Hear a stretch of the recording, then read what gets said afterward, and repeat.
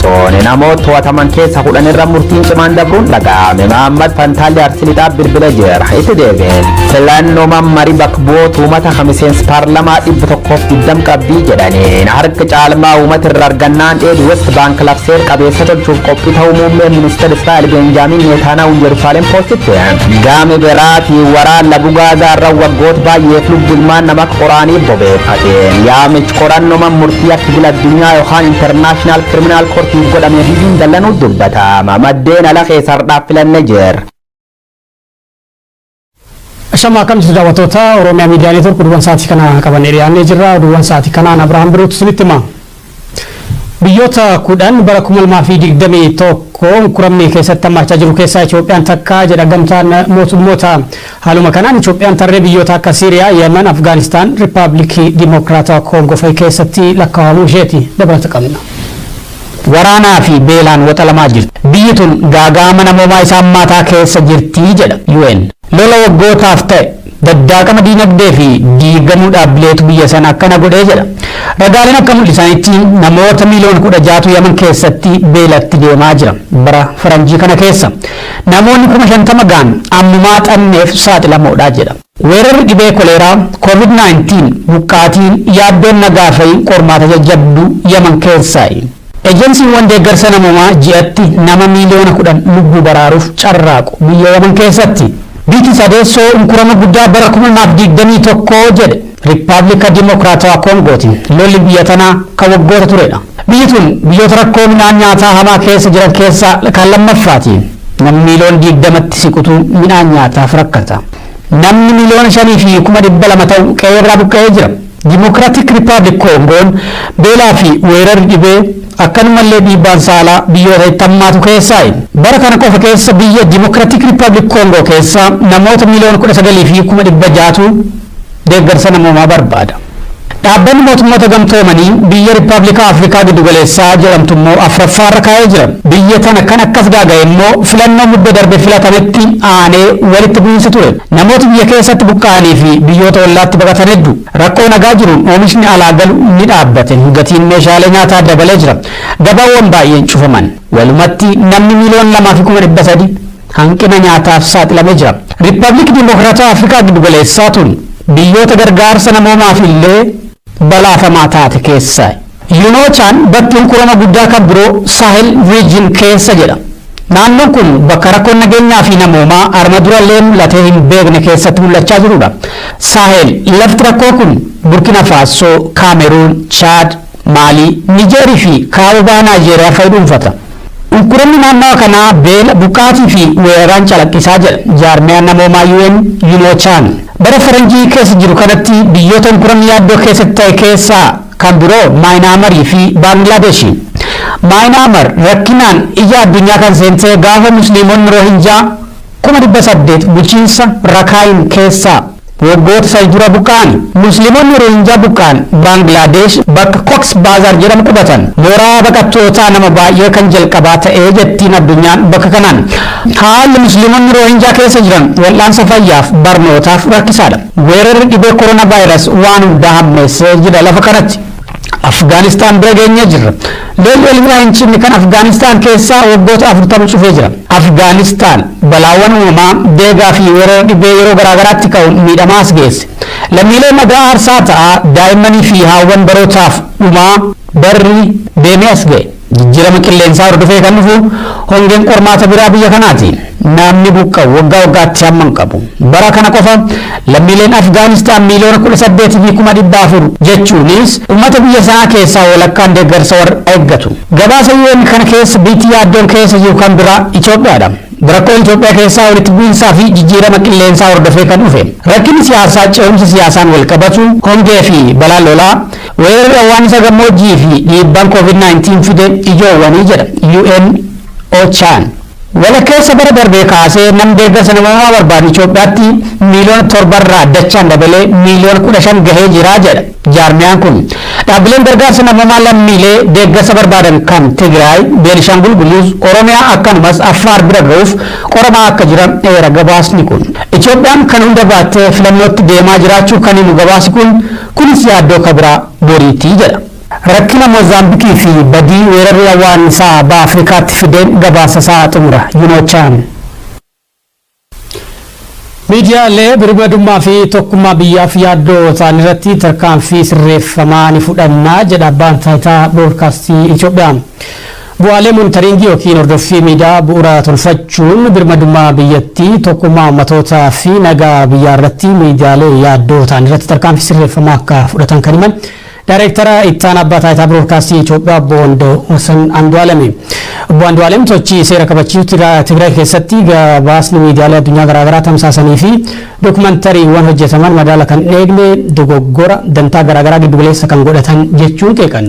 Obbo Andu'aalem miidiyaaleen kun eenyufaa akka ta'an garuu maqaa hin dhoofne. Gabaasni miidiyaalee kanneenii naamusa ogummaa gaafii keessa kan galchee jedhu. Miidiyaaleen tokko murna aangoo irra tureef hojjechaa akka turan ragaa qabnallee jedhan. Odeeffannoo kennuu irratti harkifannaan mootummaa keenya bira jira jechuun illee amananii jiran. Asiin dura miidiyaalee odeeffannoo gurguraa tamsaasan akeekkachiisuu heeyyama ugguruu kan himu abbaan taayitaa Broodkaastii Itoophiyaa kun immoo galma isa dhumaa miti gaazexeessitootaa fi miidiyaalee birmadummaa biyyaa sarban irratti tarkaanfii seeraa ni fudhannaa jedhan. Oduu oolmaa dhaddachaatiin Manni murtii olaanaa federaalaa sagalee waaqii himatamtoota 16 dhaggeeffatu Obbo Jawaar Mohaammed faa dhaddacha irratti hin dhiyaatiin hafanii jiran. Himatamtoota galmee Obbo Jawaar Mohaammed jalatti himataman keessaa Obbo Jawaar Mohaammed dabalatee Obbo Baqqalaa Garbaa fi Hamzaa Booranaa beellama mana murtii har'a qaban irraa hafuu isaanii miseensi gumii abukaatota hidhamtoota siyaasaa Oromoo Dr. Tokkummaa Dhaabaa OMN'tti himanii jiran. Manni murtii federaalaa dhaddacha yakkaa lidataa beellama darbeen himatamtoota 24 galmee Obbo Jawaar Mohaammed jalatti argaman sagalee waaqii fi amantaa isaanii dhaggeeffachuuf guyyaa irratti beellamee ture. Sababa hidhamtoonni kun diddaa nyaata lagannaa gaggeessaa turaniif beellamni murtichaa marsaa 3f darbuunsaa kan yaadatamu yoo ta'u, beellamichis himannoo abbaan alangaa hidhamtoota siyaasaa kanneen irratti dhiyeeffate ilaalchisuun himatamtoonni kunniin sagalee waaqii fi amantaa akka kennaniif akkasumas ammoo manni hidhaa qaallittii sababa ajaja mana murtii hojiitti hiikuu dideef deebii akka dhiyeeffatu dhaggeeffachuuf dhaddachi taa'amu ture. Himatamtoota kanneen keessaa Obbo Jawaar Mohaammed, Baqqalaa Garbaa, Dajanee Xaafaa fi Hamzaa Booranaa sababa lagannaa nyaataa gaggeessaa turaniif sagalee waaqii fi amantaa kennachuu akka hin dandeenye mana murtii biyyata galchanii yeroon beellamaa dabarfamee akka ture abukaatoon hidhamtoota siyaasaa Dr. Tokkummaa Dhaabaa ni yaadachiisu. Akka Dr. Tokkummaan jedhanitti har'aa himatamtoonni siyaasaa Oromoo kunniin miidhama sababa lagannaa nyaataatiin isaanirra ga'eerra sirriitti waan hin bayyananneef beellama kanarratti hirmaachuu hin dandeenye. Oolmaa dhaddacha mana murtii federaalaa dhaddacha yakkaa lidataa guyyaa har'aa walirratti himatamtoonni gariin sagalee waaqii kan kennan yoo ta'u, waliigalaanis yakki ittiin himatamni nuun ilaallatu mootummaatu yakka nurratti raawwate malee nuti akka raawwanne hin qabnu jechuun sagalee kennachuu isaanii kan himan abukaatoon isaanii kun himatamtoota hunda keessaa Amaan Qaalluu afaan Oromootiin sagalee kennachuuf yoo yaalu manni murtichaa turjumaana sababa hin qopheessineef yeroo itti aanutti himatamtoota afaan waliin akka sagalee kennuu ajajamee jira. Obbo Jawaar Mohaammed, Baqqalaa Garbaa fi Hamzaa Booranaa guyyaa kaleessaa sababa hospitaala irraa ba'anii gara mana hidhaa qaalittiitti deebi'aniif ajaja dooktara fayyaa isaaniitiin boqonnaa guyyaa 5 akka isaan barbaachisu waan itti himameef beellama har'aa irratti dhiyaachuu akka hin dandeenye mana murtiif dhaamanii jiru. Manni murtichaas bitootessa 13 bara 2013 akka lakkoofsa Itoophiyaatti himatamtoonni hafan dhiyaachuun akka sagalee waaqii fi amantaa kennaniif beellama itti aanu akka qabate Dr. Tokkummaan himan. Manni murtii federaalaa dhaddacha yakka lidataa oolmaa kanaan manni amala sirreessaa qaalittii sababa ajaja mana murtii kan hidhamtoota yaala fayyaa argachuu akka qabaniif dabarfamee ture kabajuu didaniif ilaalchisuun deebii isaan dhiyeeffatanis dhaggeeffatee akka ture Dr. Tokkummaan himan. Bulchiinsi mana hidhaa qaalittii deebii dhiyeeffate bu'uureffachuun manni murtee kennuudhaaf bitootessa 22 bara 2013tti beellama qabaachuu isaa abukaatoon himeeti jira. Godina Arsii lixaa aanaa shaallatti namoota 10 irratti hidhaan waggoota 10 murtaa'uu gabaafame.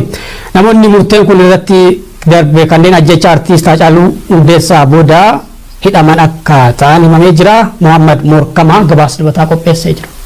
Keessatti shamarran Oromoo lama dabalatee namoota 4 irratti hidhaan cubbuu hanga ganna 16 gahu mana murtii bilxiginnaatiin irratti murtaa'uun isaa ni yaadatama.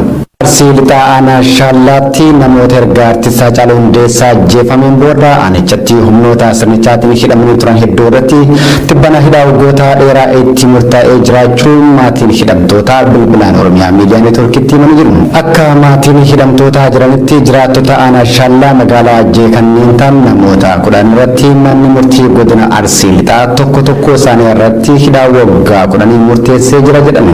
Namoota murtiin dabaa irratti raawwatame kana keessatti ijoolleen umriin isaanii ganna 17 gattanii fi maanguddoon umrii 60 olii jiraachuu ibsuun dubartiin takka immoo haadha daa'imaa harma hoosiftuu fi maanguddoon qaroo dhabeessi tokkos keessatti argaman ibsamee jira. Namoonni himannaan shiraa sababa qabeenya uummataa barbadeessitan jedhuun murtiin waggoota dheeraa itti murtaa'e kunis kan immoo ida'oo umriin 25 tashoo obsee umriin 24 birrii waatuu umriin 17 abdallaa gammachuu umriin 20 fayyisoo udulee umriin 22 abdurazaaq amaan umriin 17 mi'eessoo leengisoo umriin 58 kodhisoo umriin 62 namoonni kunniin yeroo ammaa mana hidhaa aanaa Shaallaa keessaa fuudhamuun gara mana sirreessaa godina Arsii lixaa magaalaa Shaashamanneetti dabarfamaniiti akka jiran maddeen ibsanii jiru. Akka Arsii lixaa aanaa Shaallaatti godina Daddacha Olaanaa daawwataa turanii baatii 7 booda deemadda murtii waggaa 10 hidhamtoonni 93 gaazduraa tuusammaataatii fi diiganii baanii isaan achitti hafanii warroota itti keessatti hafanitti murtaa'e. Murtiin kun mata qabaatii fi murtii dabaatii uummanni kunneen waan isin ajaa'ibee dhimennaa jaarsi maanguddoo umrii isaa jaallatee ta'e tokko kan hiddi lamaa isaa hin arginetu jira. Obbo Koortii fayyadamiiti maanguddoo guddaa nama ol jedheetu isaa fixaanii eeggatee bahee hin dandeenye nyaata isaa fudhatee hin dandeenye kun ammoo jeequmsa keessatti hirmaatameera jedhameeti kan murtee kan argatee jechuudha. Torbaan muraasaan dura Shawaa Bahaa keessatti shamarran Oromoo 2 dabalatee namoota 4 irratti hidhaan cubbuu hanga ganna 16 gahu mana murtii bilxiginnaatiin irratti murtaa'uun isaa ni yaadatama. Arsii lixaa aanaa Shaallaa magaalaa Amboo fi Harargee lixaa Cirootti poolisoonni humna addaa Oromiyaa fi kaadiroonni mootummaa dargaggoota adamsanii hidhuu itti fufan jedhu jiraattonni.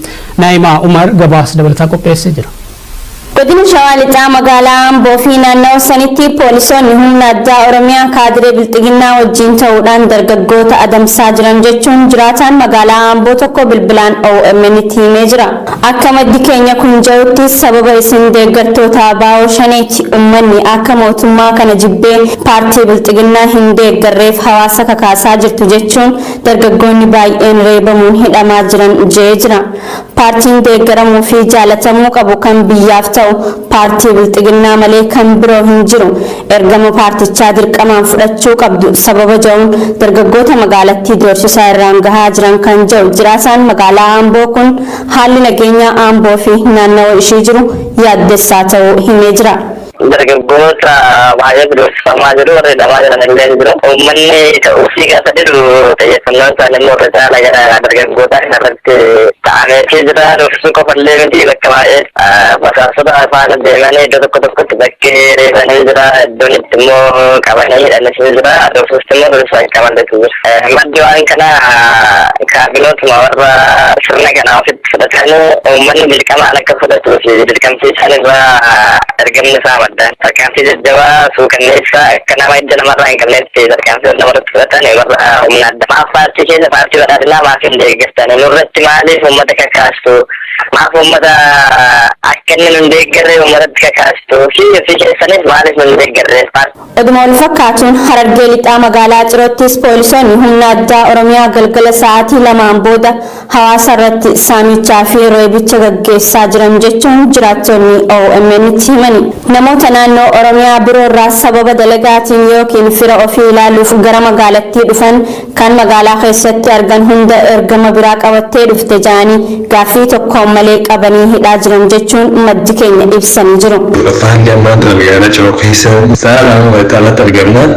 Waan taasisan gaafa fudhasi godhanii yoo ati nuti harkaan waatti birisaamanii ati amma shawaa dhufti akka ati Harargee maaliif homozaata bakka nama waliin dhofuun isaan itti jiran hedduu takka barattoota amma intaraasii fudhachuuf qormaata kutaa 12 fachaa fudhatan akka gartee uumamaa bakka uumamaa waraana akka achitti bu'etti akka ijoolleen hiriiraan ba'anii magaalaa gitti magaalaa guutuu cufanii magaalaa kana deemanii magaalaa ugguraa turanii ijoollee akka isaan hiriiraan ba'an akka isaan sagantaa ta'anii maata nagaa iyyaa uddursaa turanii. Dhumarratti maddeen keenya dhaamsa isaaniitiin mootummaa Itoophiyaa kan humnaan uummatatti roorrisaa jiru kana furmaanni isaa tokkummaadhaan qabsoofnee dhuma itti gochuun dirqama nu cufarraa eegamuudha jechuun dhaama. Tigraayitti sababa rakkoo waraanaatiin dhaabbileen fayyaa hedduu yoo barbadaa'an hedduun isaanii saamuu jaarmiyaan hakiimota akka idil addunyaa San Frontiers himeeti jira. Hospitaalota 106 daawwachuun kan dubbatu jaarmiyaan kun haleellaa qaamolee walwaraanan irratti godhameen buufataaleen fayyaa 10 keessaa 8 miidhamuu 5 keessaa immoo tokko buufata loltootaa ta'uu qulqulleeffadheen jira jedhe. Haleellaan kunis bakka baay'eetti ta'e jedhamee kan godhame ta'uu kan himu San Frontiers haleellaan kun ammasitti hufuu dubbata. Haleellaan akkanaa akka dhaabbachuu qabu cimsinee gaafannaa jedha. Giddugaleessa Adwaa Aksumitti meeshaan qorannoo altiraasaawundii dabalatee loltootaan barbadaa'u kan himu dhaabbatichi saamamaa lafa jedhamutti buufanni fayyaa yeroo lamaa ol saamamuu fuula marsariitii isaatiin eeretti jira. Oduu maddeen alaarraa arganneen filannoo baranaa kan mana marii bakka bu'oota uummataa kan mo'atan taanaan seera qabeessummaa West Bank akka mirkaneessan ministeerri muummee Israa'el Benjaamin Netanyaahuu waadaa galan. Netanyahuun waamicha manni marii nageenyaa dhaabbata mootummoota gamtoomanii akka waraanaa Gaazaatti bara 2014 godhame akka qoratamuuf ICC dhiyaatee kuffiseeti jira. Gabaasa Aljeeziraa fi Washington Post guyyoo waariyoo walitti qinceessee jira. Palestinians hope that Biden would reverse this into line with Europe and the UN. Filannoo biyyaalessi marshaneessoo tacaamsa bar 2019 godhamtu mo'uun eegi barangoo fi dheereffatas jabduu adhamaa ka ture muummichi ministeera Israa'el yookaan dhiirsi Saaraa Manta fudhachuu burjujjeessuuf amaana uummata nyaachuu dabalatee waan akka akkaatiin himatamuun dhaddachman murtii dura deddeebi'aa ture.